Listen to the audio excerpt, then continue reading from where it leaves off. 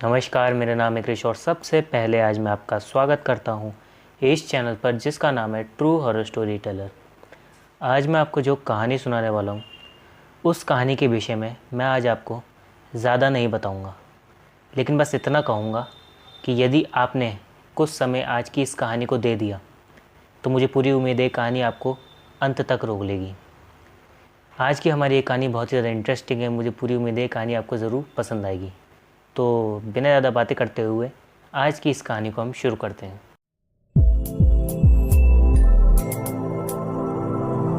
कहानी की शुरुआत होती है चार दोस्तों के साथ जिनके अंदर कुछ खासियतें थीं। मैं आपको पहले ही बता दे रहा हूँ। था क्या कि ये चारों आस पड़ोस में ही रहते थे, यानी इन चारों की छतें जुड़ी हुई थी और साथ ही ये चारों एक ऐसी ट्रांसपोर्ट एजेंसी में काम करते थे जिनमें इन चारों के फादर भी काम करते थे। यानी टोटली कह सकते हैं कि ये चारों एक दूसरे से बहुत अच्छे से कनेक्ट थे।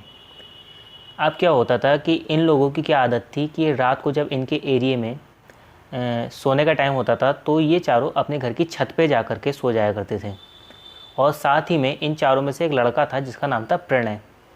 तो उसकी जो दादी थी वो भी छत पे आ जाया करती थी अपने पोते के साथ सोने के लिए। अब ये जब रात को सोने के लिए जाते थे तो अक्सर ये होता था कि ये सब बातचीत करते थे, एक दूसरे से हंसी मजाक करते थे। और इन चारों का एक बहुत बड़ा इंटरेस्ट भूतों की बातें करने में होता था और साथ ही उस इंटरेस्ट को एक तरीके से बढ़ावा देती थी जो प्रणय की दादी थी। वो उन्हें भी आत्माओं की बातें करने में बहुत मज़ा आता था, मगर यही चीज़ इन पे भारी पड़ जाती है। होता क्या है, एक बार ये चारों ऐसे ही छत पर बैठे होते हैं और बातचीत कर रहे होते हैं एक दूसरे से। इनकी दादी और इन चारों के बीच में एक जिक्र छिड़ता है। इन चारों में से एक लड़का दादी से कहता है कि दादी एक बात हो बताओ मुझे कि क्या ऐसा हो सकता है कि हम किसी तरीके से आत्माओं को देख सकें, उन्हें महसूस कर सकें, ऐसा कोई तरीका होता है? तो इनकी दादी इन्हें जोश जोश में अपने बचपन में अपने बड़े बुज़ुर्गों से सुना एक तरीका बताती है कि हाँ बेटा, ऐसा तरीका होता है और ऐसे ऐसे मंत्र बोले जाते हैं और 5 बोल मीठे के ले करके अकेले में बैठ जाता है किसी भी जगह पे, घर के या तो छत पर बैठ जाओ, ऐसे एकांत में होनी चाहिए, या ऐसा होना चाहिए कि कोई आसपास ना हो तुम्हारे, ऐसी जगह होनी चाहिए। वहाँ तुम्हें उसे लेकर के बैठना है, ये मंत्र बोलना है। तो तुम्हें ऐसा कहते हैं कि कोई आत्मा आती है और वो हमारी ख्वाहिशें पूरे कर देती है। ऐसा एक तरीका सुना है मैंने। बच्चों को भी बड़ा इंटरेस्ट आता है, चारों लड़कों को। उस दिन ये बात ऐसे ही होती है। उसके बाद में दादी अपनी जगह सो जाती हैं, सब अपनी अपनी जगह सो जाते हैं। अगला दिन आता है, नॉर्मल ये लोग काम पे जाते हैं चारों दोस्त। और काम से जाने के बाद जब ये लौटते हैं और लौटने के बाद में जब दोबारा इनकी छत पे ऐसी बातचीत शुरू होती है तो उस दिन एक चीज़ होती है। जिस दिन की मैं आपको बात बता रहा हूँ उस दिन इनकी दादी इनके घर पे नहीं होती है और ये चारों दोस्त ये सोचते हैं कि जो दादी ने हमें तरीका बताया है आत्माओं को बुलाने का, हम वो ट्राई करें, क्योंकि इन्हें बहुत ज़्यादा इंटरेस्ट होता है इन चीज़ों में। तो ये सोचते हैं कि मिठाई के बोल लेकर आएँ, 5 लेकर आते हैं और चारों आदमी अलग अलग लेकर आते हैं और फिर ट्राई करेंगे जो दादी ने बताया उस मंत्र को बोल करके। अब ये ऐसा ही करते हैं। ये चारों दोस्त बाज़ार से ले करके पचरंगी मिठाई आते हैं अपने अपने चारों अपने अपने लिए अलग अलग, और ले करके अपने ही घर की छत पर बैठ जाते हैं और जो दादी ने मंत्र बोलने को कही थी वो बोलते हैं। दादी ने कुछ ऐसे नियम बताए थे जिन्हें ये फॉलो कर रहे थे कि यदि वो आत्मा इन लोगों को दिखने लगे तो उस समय इन्हें कहीं पर भी भागना नहीं है और उसी जगह बैठे रहना है जहाँ इन्हें ये पूजा शुरू करी जहाँ इन्होंने। तो ये ऐसा ही करते हैं, पूजा अपनी जो दादी ने बताई थी वो शुरू करते हैं, वो मंत्र बोलते हैं और उस मिठाई को अपने हाथ में पकड़े रहते हैं चारों अपने अलग अलग। उसके बाद में क्या होता है, ये थोड़ी देर ऐसे ही बैठे रहते हैं। तभी अचानक से इन चारों दोस्तों में से जो एक दोस्त होता है उसे दूर एक छत पर एक औरत दिखती है जो कि ऐसे पैर लटका करके बैठी हुई होती है। अब ये चारों दोस्तों से वो दोस्त कहता है कि देखिए ज़रा उधर देखियो, वो औरत दिख रही है तुम लोगों को? तो ये सब उधर देखते तो सबको औरत दिख रही होती है। तो ये सोचते हैं कि यार उस घर में तो एक हमारी जान पहचान की भाभी रहती है, वो हैं क्या ये? इन्हें दूर से दिख नहीं रहा होता क्योंकि रात का टाइम होता है। अब ये लोग थोड़े ध्यान से देखते हैं तो इन्हें उसका चेहरा काला काला दिख रहा होता है। अब ये सोचते हैं कि उन्हें रोकें, अगर भाभी हैं इनकी और ऐसे छत पर बैठी हुई हैं, किनारे के साइड में पैर लटका करके बैठी हुई थी वो जो भी चीज़ थी। तो ये दोस्त उन्हें टोकने को जाते हैं और इनमें से एक दोस्त बोलता है कि अरे भाभी वहाँ क्यों बैठी हुई हो, चिल्ला करके बोलता है वहाँ पर। तभी अचानक से क्या होता है, वो औरत जो वहाँ इन्हें दिखती है वो खड़ी होती है और उसके ये लोग ध्यान से देखते हैं तो उसके पैर उल्टे होते हैं। ये चीज़ इन्होंने देखते हैं तो उसके बाद में क्या होता है, वो जो औरत है वो छत्तों कूद करके इनकी छत तक पहुंच जाती है और इनकी छत पर पहुंचने के बाद में इनके पास आकर के बैठ जाती है चारों के, और इन चारों से वो मिठाई मांगने लगती है। ऐसे हाथों से इशारा कर रही थी और इन चारों से वो मिठाई मांग रही थी। अब ये चारों ये समझ जाते हैं कि ये जो चीज़ है ये वही चीज़ है दादी ने बताई थी हमें। अब ये चारों अपनी जगह पे बैठे रहते हैं क्योंकि ये बहुत ज़्यादा क्यूरियस थे और डरे हुए भी थे। और इसी चीज़ के साथ साथ इनके अंदर एक चीज़ और थी कि थोड़ा सा कहीं ना कहीं लालच भी था इनके अंदर कि वो चीज़ इनको कुछ देगी जो भी ये मांगेंगे। अब वो चीज़ इनसे मीठा मांगती है, ये बारी बारी दोस्त अपने अपने हाथों से उसे मीठा दे देते हैं। वो अपने हाथ में पकड़ती है मीठा और वापस इनके पास दे देती है। ये लोग उस मीठे को देखते हैं तो उस मीठे पर कीड़े रेंग रहे होते हैं, यानी उस औरत ने जैसे उस मीठे को छुआ और उसके बाद में इनको वापस दिया तो उस पर कीड़े दिखने लगते हैं इन सबको। उसके बाद में क्या होता है, जब वो सब मीठा मीठा एक सबके हाथ से ले लेती है वो औरत, उसके बाद में वो एक एक करके इन चारों में से एक एक दोस्त के पैर को यूँ हिलाने लगती है। तो ये सोचते हैं कि शायद ये पूछ रही है कि क्या चाहिए तुम्हें बदले में। तो ये सारे दोस्त एक एक करके जो इन्हें चाहिए होता है वो ये मांगते हैं। चाहिए क्या होता है, सभी को अपनी अपनी एक तरीके से कह सकते हो औकात के हिसाब से, अपनी अपनी हैसियत के हिसाब से पैसे चाहिए होते हैं। जैसे कि एग्ज़ाम्पल के तौर पर किसी को 30,000, किसी को 40,000, किसी को 50,000 रुपये चाहिए होते हैं। जब वो औरत इन चारों से बारी बारी पूछ लेती है उसके बाद में वो एकदम से गायब हो जाती है। इन्हें झटका सा फील होता है और वो औरत इनके सामने से गायब हो जाती है। अब ये बहुत ज़्यादा खुश हो जाते हैं ये सोच करके कि शायद अब इनका ये जो ख्वाहिश है पैसे की ये पूरी हो जाएगी और इन्होंने पहली बार किसी आत्मा को भी देख लिया। ये चारों खुश होते हैं, डरे तो थे मगर ये खुश भी थे इस चीज़ से। अब अगला दिन होता है। अब आपको एक ऐसी चीज़ सुनने को मिलेगी जिसके बाद में आपको ये समझ में आ जाएगा कि चाहे आत्माएं कुछ भी कहें, अगर आपको आत्माएं दिख रही हैं किसी तरीके से और वो आपसे कुछ भी कह रही हैं A to Z, आपसे कुछ भी कहें, आपको उन पर विश्वास नहीं करना है और उनकी किसी भी बात के बहकावे में नहीं आना है और कभी भी भूल करके किसी भी आत्मा से कभी कुछ नहीं मांगना है, क्योंकि आत्माओं के देने का तरीका बहुत गलत होता है। अभी आपको ये बात कहानी में पता चलेगी। अगला दिन होता है। अगले दिन जब ये सारे दोस्त अपने काम पे जाते हैं तो इनके साथ ही इन सबके जो पिताजी थे वो भी काम पर जाते हैं। इन चारों के ही पिताजी जो ट्रक चलाने वाले होते हैं उन्हीं के काम पे थे। चारों के फादर ही ट्रक चलाते थे, अलग अलग एक ही जगह काम करते थे। अब होता क्या है, चारों के फादर अलग अलग जगह पर अपने काम से निकलते हैं, चारों एक ही टाइम पर निकलते हैं और चारों के जो फादर हैं उनका एक्सीडेंट हो जाता है, चारों के साथ ही एक ही दिन में। अब जब ये एक्सीडेंट होता है तो सब एकदम से, ये दोस्त जब इन्हें पता चलता है तो ये एकदम से घबरा जाते हैं कि ये क्या हुआ, हमने तो उस आत्मा से अच्छी चीज़ मांगी थी, हमारे साथ बुरा कैसे हुआ। जब एक्सीडेंट होता है तो एक्सीडेंट के बारे में दादी को भी पता चलता है। दादी जब इस बात को सुनती है और उसके बाद में ये दोस्त अपनी बात बताते हैं कि उस आत्मा ने हमसे कही थी कि हमें पैसे देगी, हमने उससे पैसे मांगे थे तो उसे पैसे देने चाहिए थे हमें, मगर ये क्या हो गया हमारे साथ। दादी भी सोचती है कि ये कैसे हो रहा है। एक तरीके से मैं आपको बताऊं तो इस कहानी में मूर्खता दादी की है कि उन्होंने ऐसी चीज़ बताई क्यों अपने बच्चों को। खैर होता क्या है, ये जितने भी दोस्त हैं इनके फादरों को एडमिट कराया जाता है। जिस कंपनी में एक काम करते थे वो कंपनी सारी इनकी परेशानी का खर्चा उठाती है।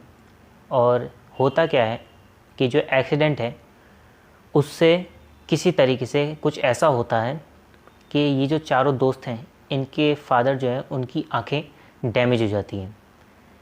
डॉक्टर ने सभी के लिए ये कह दिया था कि लगभग 90% उम्मीद है कि ये कभी नहीं देख पाएंगे, 10% 1% चांस है कि शायद ये सही हो जाए, ऐसा डॉक्टर ने कह दिया था। अब जब ये हालत कंपनी की तरफ से हुई थी तो कंपनी इनके फादर का इलाज कराती है और साथ ही इन चारों दोस्तों ने जितने जितने पैसे उस आत्मा से मांगे थे उतने उतने पैसे मुआवजे के तौर पर इन परिवार वालों को दिया जाता है, इन लड़कों को दिया जाता है। यानी एक तरीके से इनके पास जो आत्मा ने पैसे कहे थे वो आ जाते हैं, मगर उस पैसे का रास्ता बहुत गलत होता है। अब अगले दिन की रात आती है, इस चीज़ को एक दिन हो गया था। अब जैसे जिस दिन मांगा था उसके अगले दिन, जिस दिन पूरी होनी चाहिए थी, उस दिन की रात आती है। रात के टाइम में क्या होता है, रात के टाइम में जब ये दोस्त किसी काम से कहीं जा रहे होते हैं तो इन चारों दोस्तों को अपने पीछे छम छम ऐसे करके घुंघरू की आवाज़ आनी शुरू हो जाती है, जैसे कोई पायल घुंघरू पहन करके इनके पीछे चल रहा हो। अब ये पीछे मुड़ के देखते हैं तो इन्हें वही औरत नज़र आती है। जैसे ही ये पलटते हैं वो औरत एकदम से इनके नज़दीक आ जाती है और इनसे कहती है कि मेरा मीठा ला के दे, मेरा मीठा ला के दे। इन चारों दोस्तों से, इन चारों से कहती है अपना अलग अलग, अपने जैसे कल लाए थे अलग अलग अपने पचरंगी मीठा वो ला के दो मुझे। अभी चारों कहते हैं कि हमने तो तुम्हें बुलाया नहीं। तो वो कहती है कि जल्दी से मेरा मीठा ला के दे, वरना मैं तुम्हारे जो पिता हैं उन्हें जान से मार दूँगी, तुम चारों के पिताओं को। अब ये चारों एकदम से डर जाते हैं और डर करके फटाफट जाते हैं और 5 तरीके का मीठा अलग अलग दोस्त लेकर के आ जाते हैं और लाने के बाद में उस मीठे को उस आत्मा को देते हैं।